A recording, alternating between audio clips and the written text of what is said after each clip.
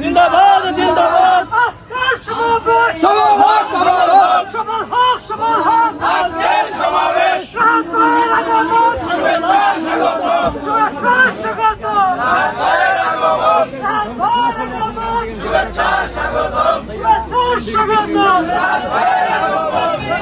কর্মীরা সারা পৃথিবীতে কালেমারে দাওয়াত দিয়ে যাবে। কোরআনের আলোকে সমাজ বিনির্মাণ, কোরআনের আলোকে সমাজ। আজকে আমাকেও বাগেরহাট জেলা কারাগারের মধ্যে ৬টি বছর কাটাতে হয়েছে। আপোষ করিনি কখনো, অন্যায়ের সঙ্গে আপোষহীনভাবে সংগ্রাম করেছি।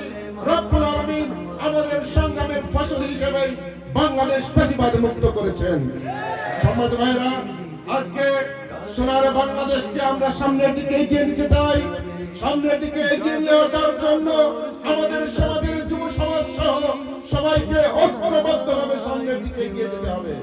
আমরা জানি এই পথ সহজ নয়, কিন্তু স্পষ্ট করে সর্বশেষ একটি কথা বলতে চাই।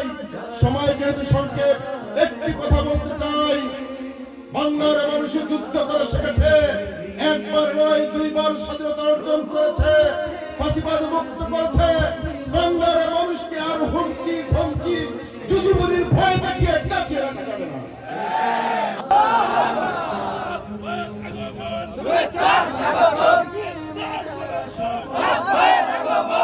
যারা দিন রাত ময়দানে কেটে যায় নির্ভীক, প্রভু রাহে যারা জীবন দিল।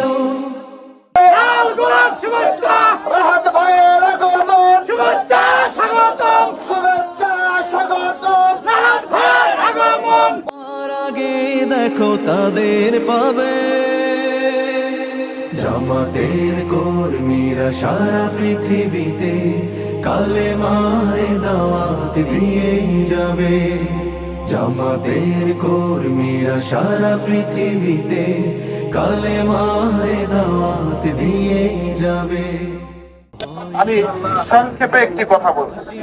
আমরা যারা এখানে উপস্থিত, আমরা সবাই ন্যায় এবং ইনসাফ ভিত্তিক একটি সমাজ গঠন করতে চাই, তাই না? বাংলাদেশ জামাত ইসলামীরও সেই চাওয়া। আমরা 5 তারিখে স্বাধীন বাংলাদেশে নতুন করে আবার স্বাধীন হয়েছি।